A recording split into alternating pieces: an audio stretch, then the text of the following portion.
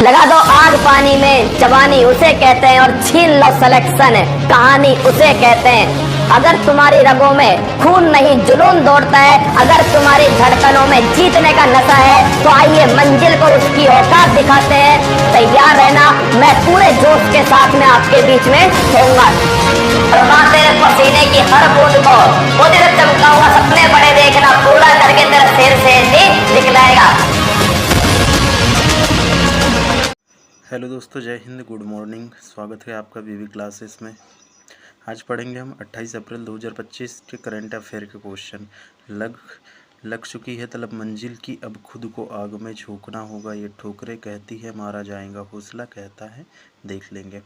आज 28 अप्रैल 2025 दैनिक समसामयिक की सभी प्रतियोगी परीक्षाओं के लिए अति महत्वपूर्ण क्वेश्चन।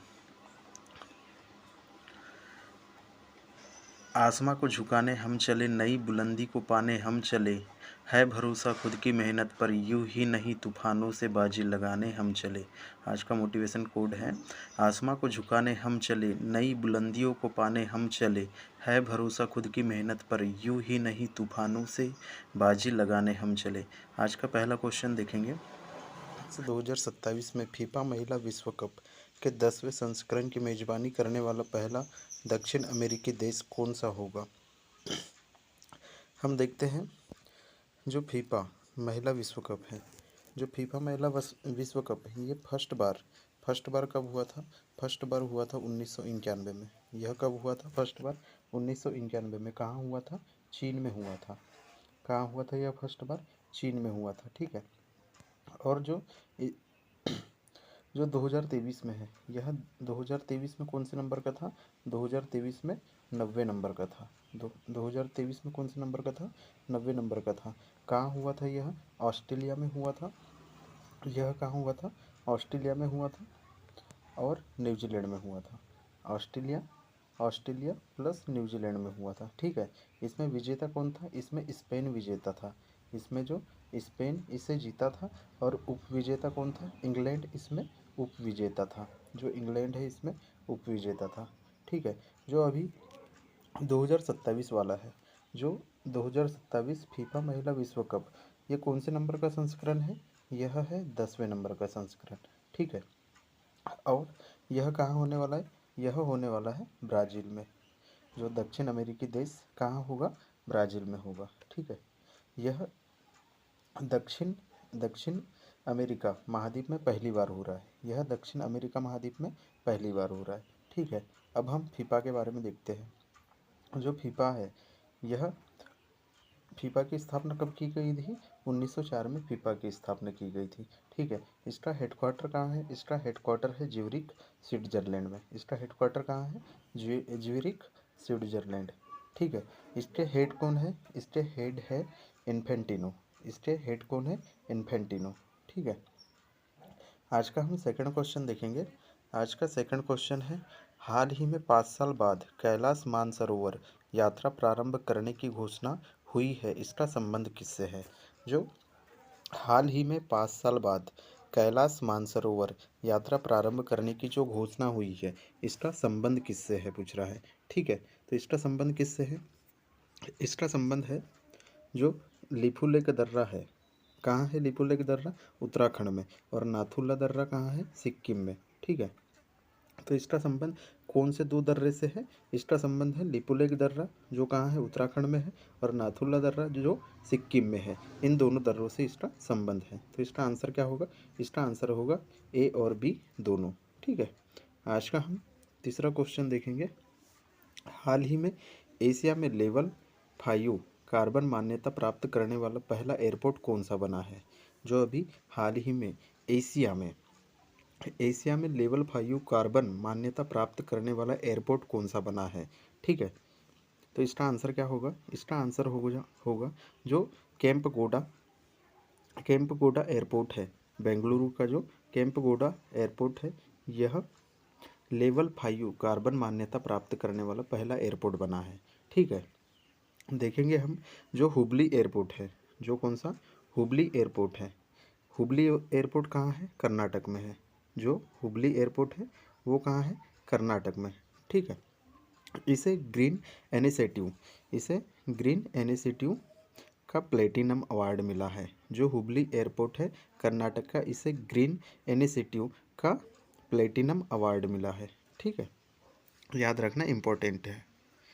जो हुबली एयरपोर्ट है कर्नाटक का, उसे ग्रीन इनिशिएटिव का प्लेटिनम अवार्ड मिला है। और लेवल 5 कार्बन मान्यता प्राप्त करने वाला एयरपोर्ट कौन बन गया है? केम्पगोड़ा, जो बेंगलुरु का एयरपोर्ट है। ठीक है, आज का हम चौथा क्वेश्चन देखेंगे। हाल ही में प्रधानमंत्री नरेंद्र मोदी ने इंडिया स्टील 2025 का उद्घाटन कहाँ किया है? जो हाल ही में प्रधानमंत्री नरेंद्र मोदी ने इंडिया स्टील 2025 का उद्घाटन कहाँ किया है? तो इसका आंसर क्या होगा? मुंबई। इसका आंसर क्या होगा? मुंबई। ठीक है, इसका उद्घाटन किसने किया है? उद्घाटन इसका किया है नरेंद्र मोदी ने। इंडिया स्टील 2025 का उद्घाटन किसने किया है? नरेंद्र मोदी ने किया है। और कहाँ किया है? मुंबई में किया है। जो अभी इस्पात मंत्री है, इस्पात मंत्री कौन है? एच.डी. कुमारस्वामी। जो इस्पात मंत्री कौन है अभी? एच.डी. कुमारस्वामी। ठीक है, उद्घाटन किसने किया है? उद्घाटन किया है नरेंद्र मोदी ने। कहाँ किया है? मुंबई में। आज का हम पांचवा क्वेश्चन देखेंगे। विश्व बैंक की एक रिपोर्ट आई है, उसके अनुसार भारत में एक दशक में कितने लोगों को अत्यधिक गरीबी से बाहर निकाला है? तो इसका आंसर क्या होगा? जो विश्व बैंक ने कितने लोगों को अत्यधिक गरीबी से निकाला है? इसका आंसर होगा 17.1 करोड़ लोगों को। जो 17.1 करोड़ लोग हैं, इन्हें अत्यधिक गरीबी से बाहर निकाला है। ठीक है, आज का हम छठवां क्वेश्चन देखेंगे। हाल ही में मानुष साहा और दिया चिदले ने WTT कंटेंडर 2025 का मिक्स डबल का खिताब कहाँ जीता है? जो हाल ही में मानुष साहा और दिया चिदले ने WTT कंटेंडर 2025 का मिक्स डबल का खिताब कहाँ जीता है, पूछ रहा है। ठीक है, तो जो WTT कंटेंडर 2025 है, इसका संबंध किससे है? इसका संबंध है टेबल टेनिस से। इसका संबंध कैसे है? इसका संबंध है टेबल टेनिस से। ठीक है, जो इसका होस्ट है, इसका होस्ट कौन था? जो ट्यूलिसिया है, ट्यूलिसिया इसका होस्ट था। ठीक है, इस खिताब को कौन जीता है? इस खिताब को भारत जीता है। हमारा भारत इस खिताब को जीता है। ठीक है, इसका उपविजेता जापान रहा है। इसका जो उपविजेता कौन रहा है? इसका उपविजेता रहा है जापान। ठीक है, हमारे इंडिया तरफ से किसने भाग लिया था? जो मानुष साहा है, मानुष साहा और दिया चिदले। जो मानुष साहा और दिया चिदले ने इंडिया तरफ से पार्टिसिपेट किया था। ठीक है, आज का हम सातवां क्वेश्चन देखेंगे। प्रतिवर्ष दुनिया भर में विश्व बौद्धिक संपदा दिवस कब मनाया जाता है? जो प्रतिवर्ष दुनिया भर में विश्व बौद्धिक संपदा दिवस, विश्व इंटेलेक्चुअल प्रॉपर्टी, ठीक है, WIPO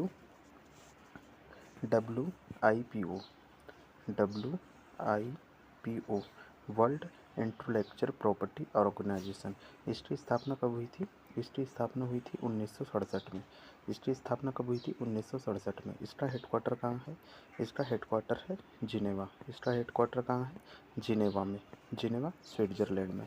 ठीक है, इसके जो हेड है ड्यूरेन टेंग इसके हेड है। ठीक है, इस बार की इसकी थीम क्या थी? इंटेलेक्चुअल प्रॉपर्टी एंड संगीत। इस बार की इसकी थीम क्या थी? IP एंड संगीत।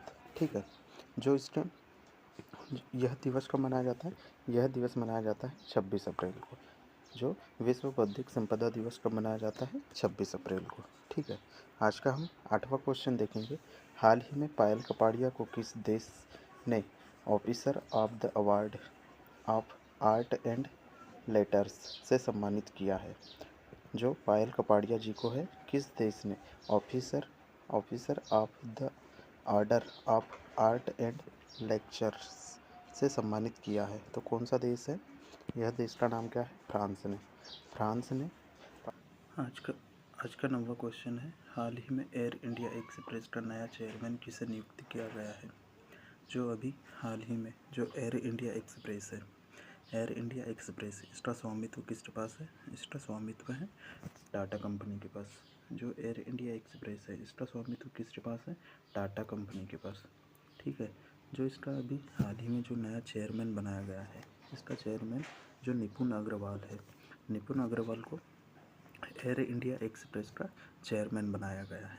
ठीक है, आज का हम 10वां क्वेश्चन देखेंगे। हाल ही में केंद्रीय खाद्य प्रसंस्करण मंत्रालय ने सुफलाम 2025 का दूसरा संस्करण कहाँ आयोजित किया है? तो इसका आंसर क्या होगा? इसका आंसर होगा हरियाणा। इसका आंसर क्या होगा? इसका आंसर होगा हरियाणा। जो भी केंद्रीय खाद्य प्रसंस्करण मंत्री ने जो सुफलाम 2025 का, यह कौन सा संस्करण था? यह था दूसरा संस्करण। इसका आयोजन भी कहाँ किया है? हरियाणा में किया है। ठीक है, जो केंद्रीय खाद्य प्रसंस्करण मंत्री कौन है? चिराग पासवान जी हैं। ठीक है, आज का हम 11वां क्वेश्चन देखेंगे। हाल ही में मोदी स्मृति चिन्ह संग्रहालय कहाँ प्रारंभ हुआ है? जो हाल ही में मोदी स्मृति चिन्ह संग्रहालय कहाँ प्रारंभ हुआ है? तो इसका आंसर क्या होगा? इसका आंसर होगा बिहार में। जो मोदी स्मृति चिन्ह संग्रहालय कहाँ प्रारंभ हुआ है? बिहार में हुआ है। ठीक है, आज का हम 12वां क्वेश्चन देखेंगे। हाल ही में चर्चा में रही बियॉन्ड द कोर्ट रूम पुस्तक का संबंध किससे है? हाल ही में जो चर्चा में रही बियॉन्ड द कोर्ट रूम पुस्तक का संबंध किससे है? तो इसका आंसर क्या होगा? जो फली एस नरीसम है, जो फली एस नरीसम, इन्हें 2007 में पद्म विभूषण, इन्हें 2007 में जो पद्म विभूषण से सम्मानित किया गया था।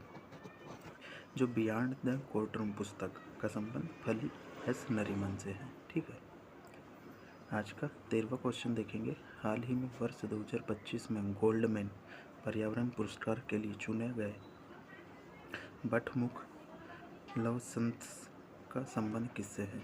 जो बटमुख का संबंध किससे है पूछ रहा है। ठीक है, तो इसका आंसर क्या होगा? इसका आंसर होगा मंगोलिया। इसका आंसर क्या होगा? जो बटमुख का संबंध किससे है? जो गोल्डमैन पर्यावरण पुरस्कार के लिए चुने गए बटमुख का संबंध किससे है? तो इनका संबंध किस देश से है? मंगोलिया देश से है। ठीक है, आज का हम लास्ट और 14वां क्वेश्चन देखेंगे। हाल ही में DRDO ने स्क्रैम जेट इंजन का 1000 सेकेंड तक कहाँ सफल ग्राउंड टेस्ट किया है? जो हाल ही में DRDO ने स्क्रैम जेट इंजन का 1000 सेकेंड तक कहाँ ग्राउंड टेस्ट किया है? तो इसका आंसर क्या होगा? DRDO ने कहाँ यह टेस्ट किया है? हैदराबाद में। ठीक है, DRDO के बारे में देखेंगे। DRDO की स्थापना हुई थी 1 जनवरी 1958 में DRDO की स्थापना हुई थी। इसका हेडक्वार्टर कहाँ है? इसका हेडक्वार्टर है दिल्ली में। ठीक है, और इसके हाल ही में हेड कौन है? हेड है इसके समीर कामत। ठीक है दोस्तों, आज के ये 14 पूरे महत्वपूर्ण क्वेश्चन थे। यदि आपको क्लास अच्छी लगे तो इसे लाइक करें और अपने दोस्तों में शेयर करें। आज के लिए इतना ही। जय हिंद, जय भारत।